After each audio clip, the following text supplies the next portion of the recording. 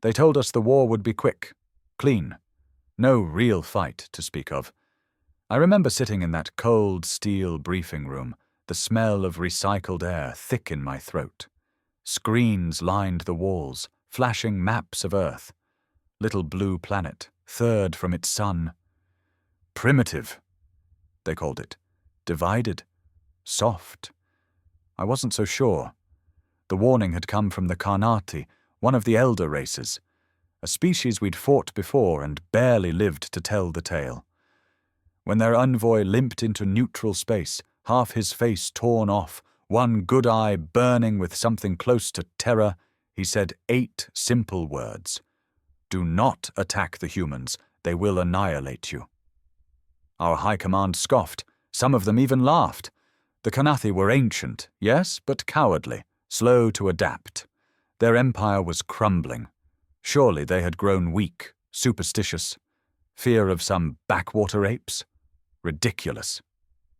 Admiral Traxon, the man I served under, made that clear enough. We are the Jar Dominion, he barked before the assembled fleet. We do not run from prey. We crush it beneath our claws. And so the order came.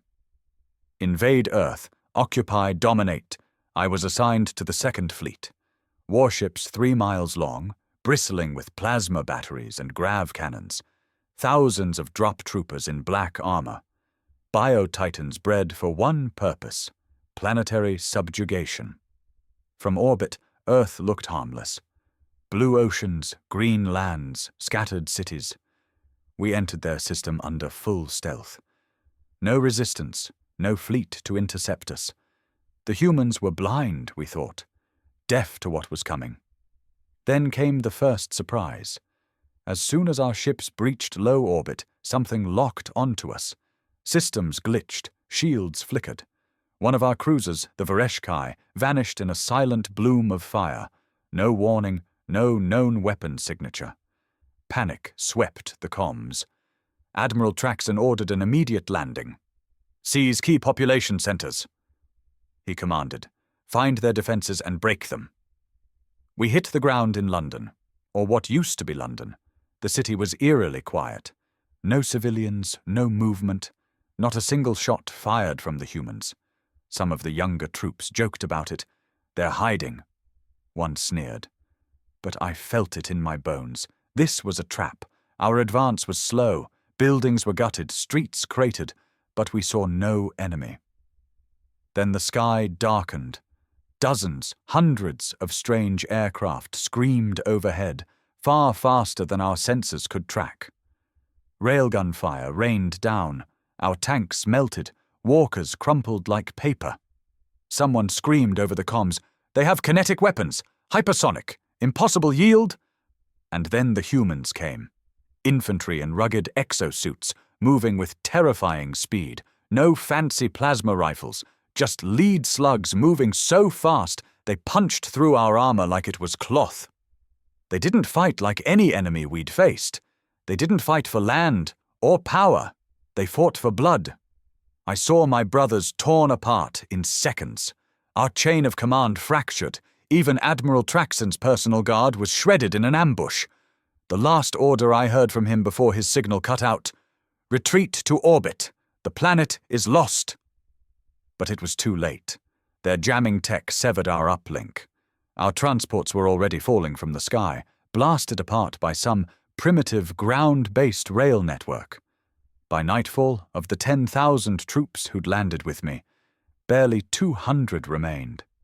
I'll never forget the eyes of the human soldier who cornered me in that ruined subway tunnel. His armor was scratched, blood-streaked, but his hands were steady. His voice was low, cold. "We warned them," he said. "We told them not to come." Then the butt of his rifle slammed into my skull and everything went dark. When I came to, the air was damp and stinking of mold and rust. My head throbbed. Blood had dried along my mandibles, crusted tight around the edges of my mouth. I tried to move. Chains, thick metal, cold and biting against my limbs. I wasn't dead. Not yet. That was the first thing that struck me. They could have killed me outright. Should have. We would have done the same in their place.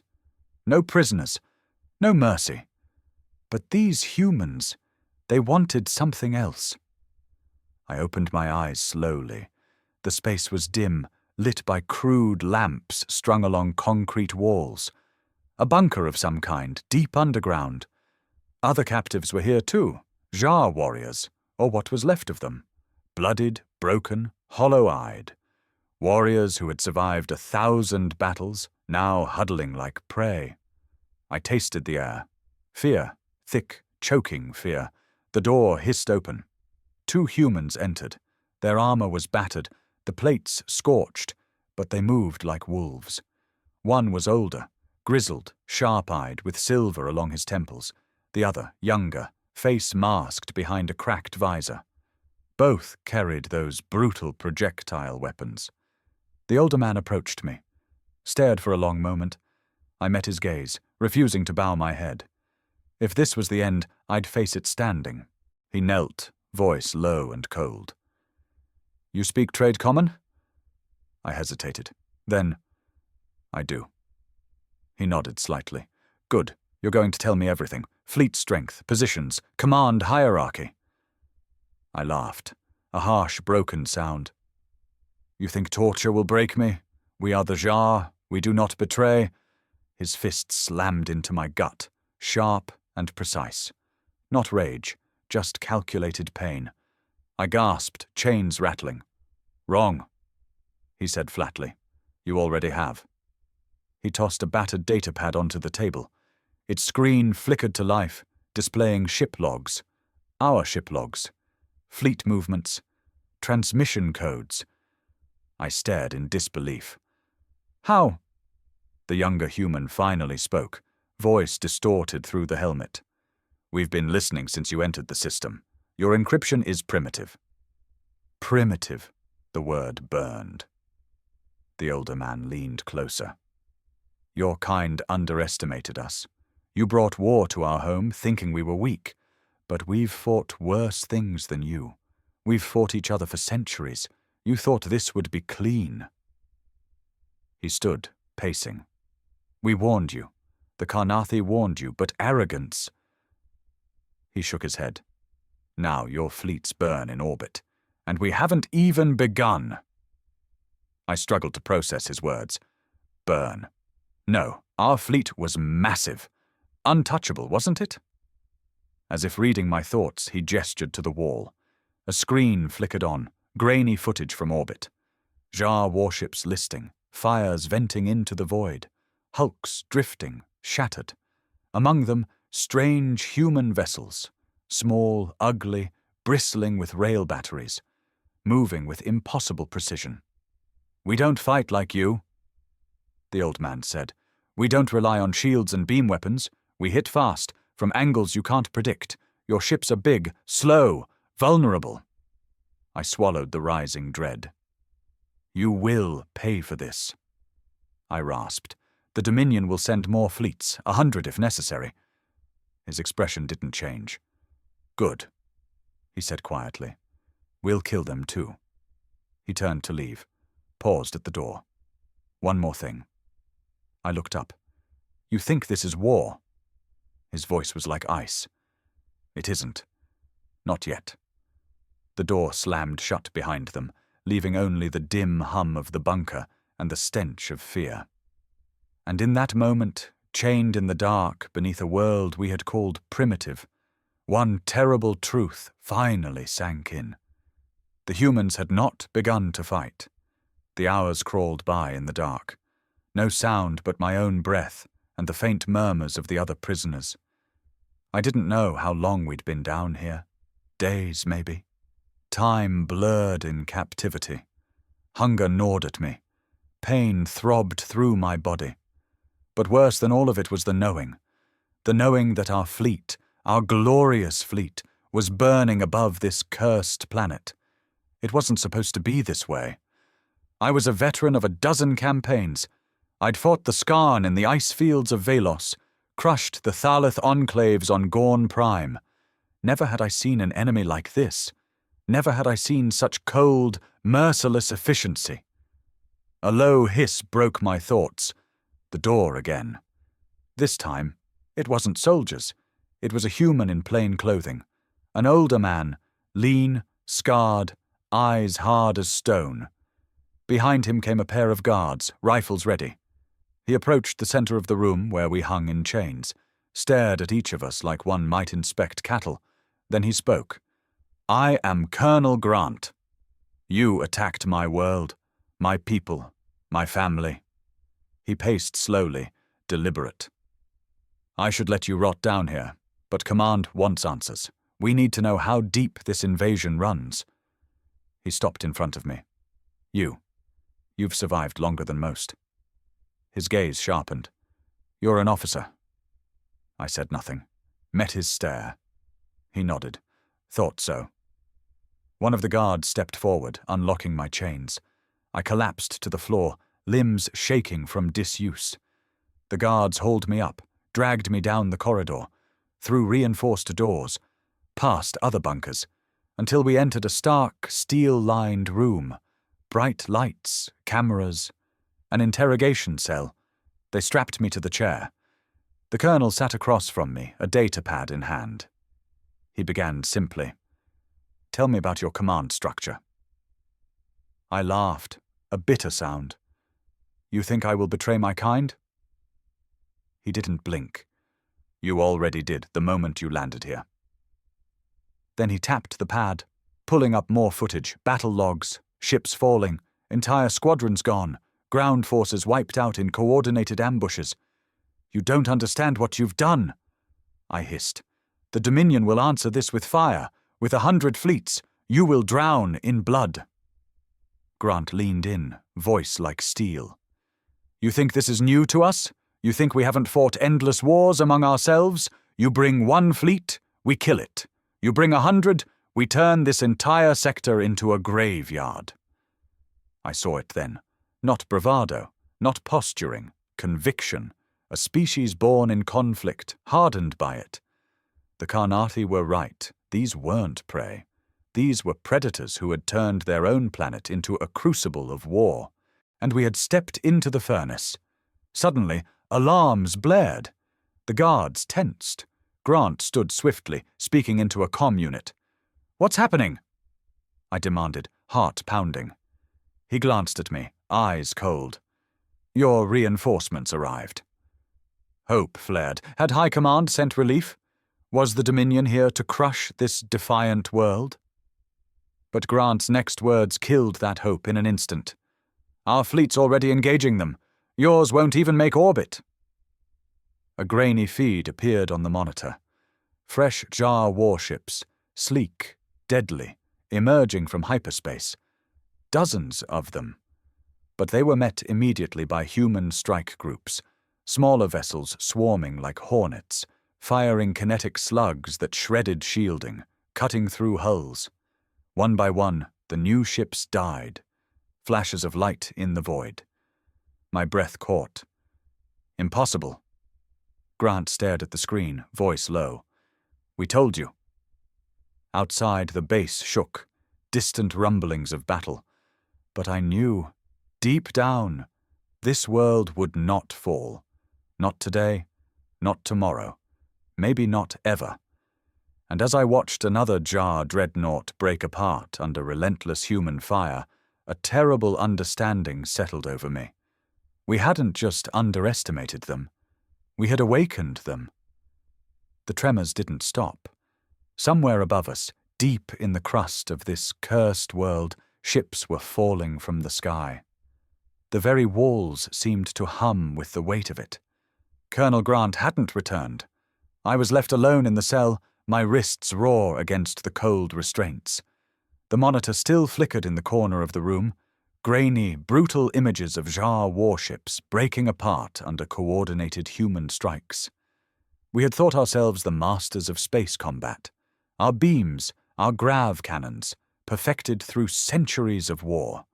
Against every known species, we had always been superior. But humans, they didn't play by the rules.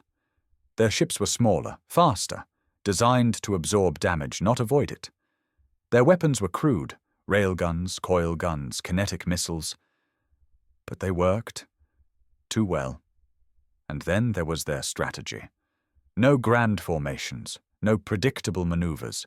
Chaos, deception, traps layered within traps. Another flash on the monitor, a JAR battlecruiser imploding as a swarm of human torpedoes detonated along its unshielded stern. My gut twisted. That was the Ryzanth. I knew her captain, a hard, proud warrior, dead now like so many others. The door hissed open. Heavy boots echoed on the steel floor. Colonel Grant returned, a grim set to his jaw. His uniform was streaked with soot, dried blood on one sleeve. He looked tired, worn, but not broken. If anything, he seemed stronger, sharper. "They're gone," he said simply. I swallowed hard. "The reinforcements, destroyed," he said flatly. "Your high command sent them in blind. We were ready." He sat across from me again. No datapad this time. No interrogation formalities. Just a man looking at an enemy who no longer frightened him. "Do you understand now?" he asked. "Why the Kanathi warned you? Why they begged you not to come?" I met his gaze, bitterness thick in my throat. "You got lucky." He chuckled, a cold, humorless sound. "You still don't get it." He leaned forward, elbows on the table. "This isn't luck," he said. "It's history. You think we're divided, primitive, and you're right, in some ways. We've spent centuries fighting each other, millions dead, cities burned, nations shattered. But that's why we're ready. We didn't evolve in peace, we evolved in war." His voice dropped lower. "You brought us something we haven't had in a long time, a common enemy. Now the corporations, the governments, the factions, they're united. Because of you." I could feel it now. Beneath the steel, beneath the fear, resolve. These weren't just soldiers. They were survivors, and they would rather die than kneel. Grant stood slowly. "We're not done," he said. "This is just the first wave. More of your fleets will come, and we'll kill them too. You think we can't? You think we won't turn this entire sector into a death trap?" His eyes burned with cold fire. "By the time your high command realizes what they've awakened, it'll be too late." The door opened again. A young officer entered, saluted sharply. "Sir, new intel from the Northern Front." Grant glanced at him. "Report." "Human resistance groups just wiped out another JAR ground force. Total loss." "And—" The officer hesitated, smirking slightly. "We captured one of their field commanders, alive." Grant's gaze flicked back to me. "See, we're learning. Fast." Then he turned to the guard. "Put him back in the cage. We've got more pressing matters." As they dragged me from the room, chains biting into my wrists once more, a cold realization took hold in my gut. The humans weren't fighting for territory. They weren't fighting for power. They were fighting for vengeance, and vengeance made them unstoppable. They threw me back into the holding cell like a sack of broken metal. The door clanged shut behind me, and the hum of the locks re-engaged. I lay there on the cold floor for a while, chest heaving, chains cold against my flesh. The other prisoners barely looked at me now. Too many of them were lost in their own private hells, shock, despair, the slow realization of what this war had become. Some of them had stopped eating. Others whispered nonsense. I still had my mind, for now, but each passing hour carved away at it.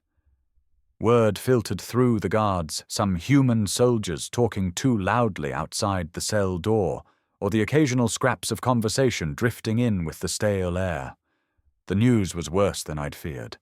The humans weren't just repelling us, they were advancing. Strike teams were taking back cities. Railgun artillery was chewing through our forward bases. JAR ground forces, trained shock troopers, the best in the Dominion, were being wiped out by irregular fighters.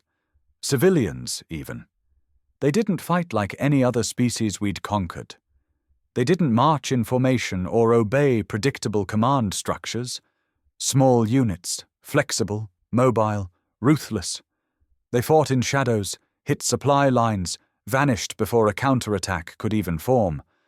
And worst of all, they didn't fear death. I remembered the human soldier who'd cornered me in the tunnels. The look in his eyes, cold, unwavering. Not a shred of doubt. They would fight to the last breath, every last one of them. No wonder the Karnathi had warned us. The hours dragged on. Days, maybe. It was hard to tell anymore. Then one cycle, after a long, suffocating silence, the door opened again. Colonel Grant. Same worn uniform. Same hard eyes. But this time, something was different. He was carrying a small device, one of our own data cubes, a tactical AI node. He held it up. "Recognize this?" I stared. "Where did you get that?" He gave a thin smile. "Your field commander had it, the one we captured yesterday." My throat tightened. A field commander captured alive was unthinkable. Shame beyond words. Grant set the cube on the table. "We've cracked it. Learned plenty already. But there's more we want. And that's where you come in." I narrowed my eyes. "I will tell you nothing." He shrugged. "You will. Not because we'll torture you. We don't need to. You'll tell us because your people are already losing. And you know it." He leaned closer. "You've seen the battle reports. Your fleets burn. Your ground forces are in retreat. And now the Dominion is hesitating. You can feel it, can't you?"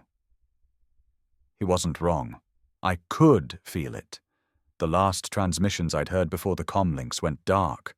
High Command was confused, alarmed. There was no precedent for this kind of resistance, no plan. Grant stood, pacing slowly. "You Jar think you're bringing war," he said. "You think you've mastered it, but we've lived it. For millennia. You didn't invade a world, you invaded a weapon." His voice dropped lower. "And the more you push us, the worse it's going to get." I said nothing. Couldn't. The weight of his words pressed down like a stone. Then he turned, tapping his comm. "Prep him for transport." Transport? My pulse quickened. Moments later, I was dragged from the cell again. This time, not to the interrogation room, but out of the bunker entirely. They brought me topside, into the open air of the ruined city above. And what I saw shattered the last of my certainty.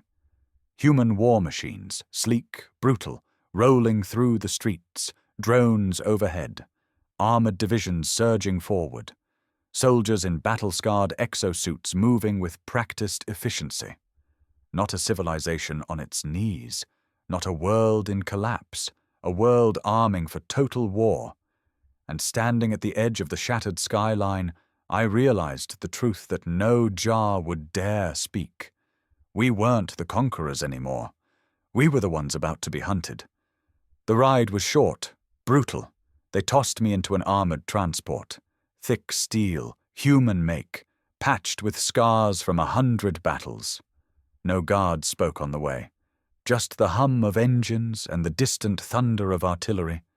I could feel it. The shift. No longer was this an occupied planet or a desperate resistance. This was an organized counter-invasion. We passed through streets once blackened by our orbital strikes.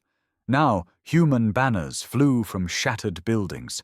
Makeshift command posts buzzed with activity. Columns of soldiers and armor flowed toward the front lines, eyes hard, faces grim. When the vehicle finally stopped, I was dragged out into the heart of a forward command base. Brutal in its simplicity, sandbags, steel, scorched ground, but alive with purpose. And then I saw him, a human commander unlike the others. Massive, broad-shouldered, eyes like ice behind a weathered scar across one cheek. Colonel Grant saluted him. "General." The man nodded. "This the one?"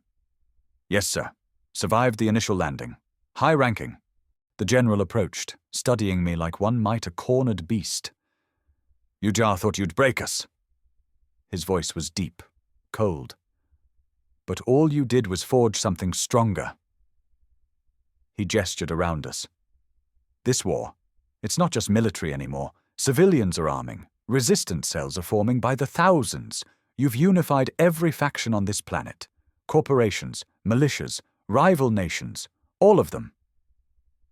He leaned in, voice low and iron hard. We're no longer defending Earth. He pointed upward towards the burning sky. We're preparing to take this fight back to you. My breath caught. You can't. He smiled darkly. Watch us. Then he gestured, and one of the officers activated a holoscreen. I stared in disbelief. Human shipyards, massive construction sites rising across the planet, on land, in orbit, even beneath the seas, building warships. Not copies of our sleek vessels, cruder, thicker, designed to survive and kill. And then the worst of it, data feeds showing human fleets already assembling in the outer system. Not for defense, for a counter-offensive. You thought we were prey, the general said. You thought you'd break us with one blow. His gaze burned into mine. But all you've done is give us purpose. He straightened. Tell your high command this. You brought this war. We'll finish it. On your worlds. In your skies. We will burn the Dominion to ash if we have to.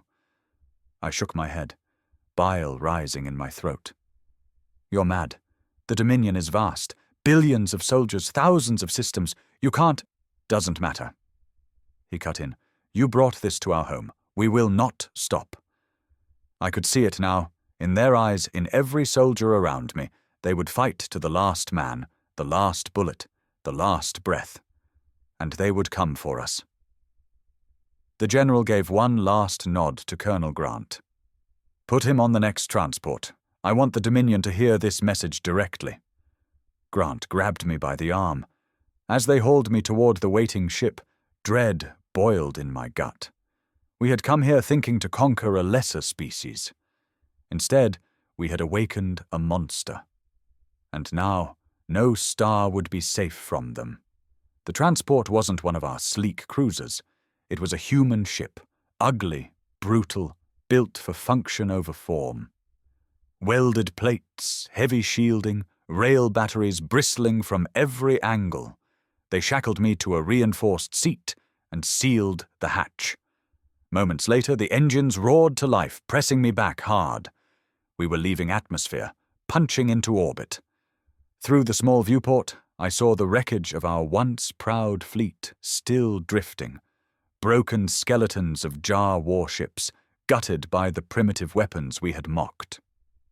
And around them, new human ships, forged faster than should have been possible, swarming the void like insects.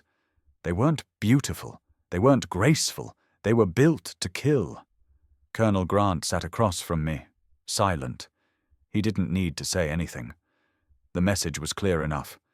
When we reached orbit, they transferred me to a larger vessel, a human command cruiser. Primitive in some ways, but terrifyingly efficient. No wasted space, no comforts, everything designed for one thing: war. They led me to a communication chamber, chains biting into my flesh.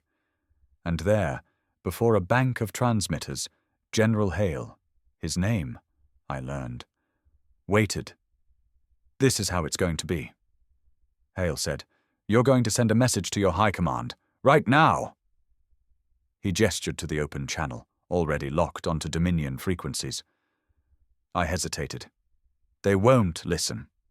They'll listen, he said coldly, because they're already seeing what's happening here, and they're afraid. He stepped closer, voice low. Tell them this is only the beginning. Tell them Earth will not fall, and when we're done here, we'll come for them. My throat tightened. To speak such a thing, to even suggest it, was treason. But what choice did I have? My fleet was gone, my world shattered, and these humans, they would not stop. With trembling breath, I activated the comm. Jar High Command, I began, voice raw. This is Commander Varric of the Second Fleet.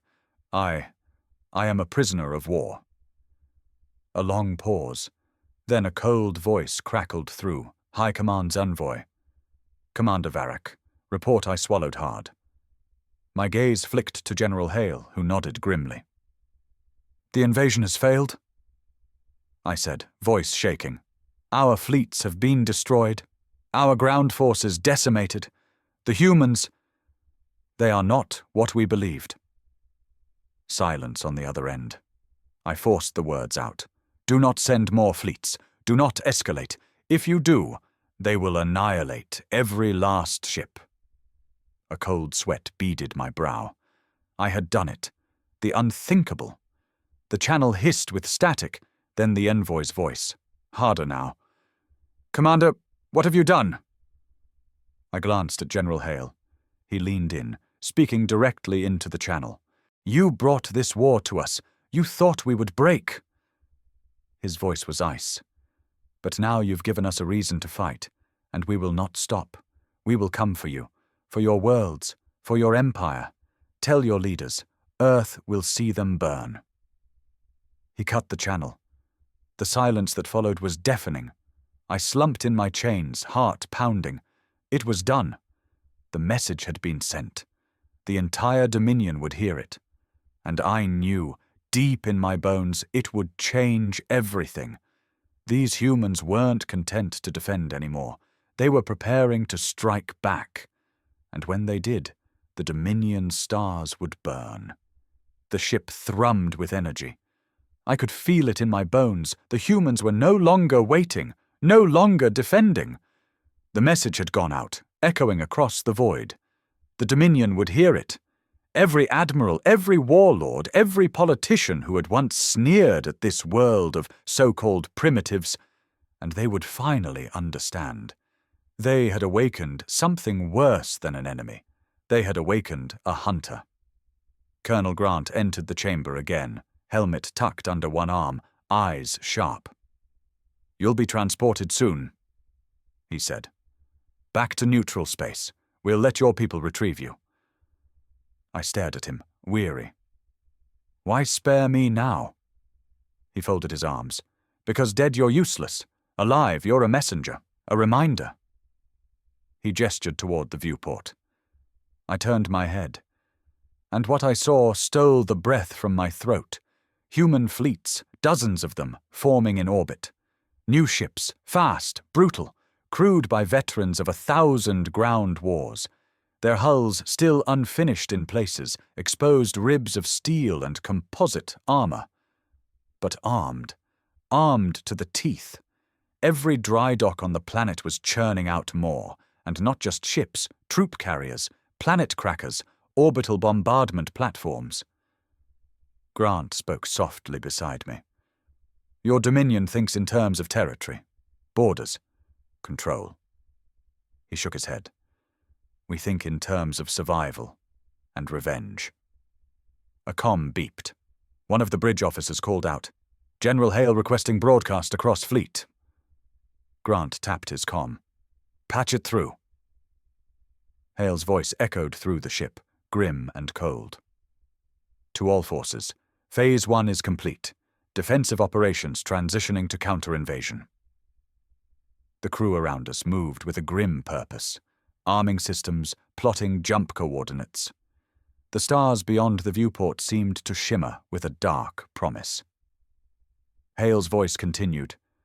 "We have bled for this world, watched it burn. Now we take the war to them. There will be no quarter, no surrender. For every city they tried to level here, we will level 10. For every life lost, we will take 1,000. A beat of silence. Then, "We warned them." The channel cut. The ship's engines roared to life, hyperspace drives spooling. Across the fleet, engines flared, coordinates locked. Dominion space. Jar strongholds. I stared, heart pounding. It was madness. They couldn't, but they were. And worst of all, I believed they could win. Because this wasn't an empire rising out of greed or conquest. It was a species pushed to the brink, now fighting for vengeance, For survival. As the ship shuddered, readying for the jump, Colonel Grant gave me one last look. "You'll live," he said. "Go back. Tell them. Warn them again." He leaned in, voice cold as the void. "Because if they send more fleets, if they don't back down, we won't stop until your entire dominion burns." Then the stars stretched, space folded, and the first wave of humanity's war fleet jumped into the heart of Jar space. And as I sat chained in the cold of that ship, I knew the truth. We had thought ourselves the hunters. But the humans, they were the annihilators, and no star would be safe now.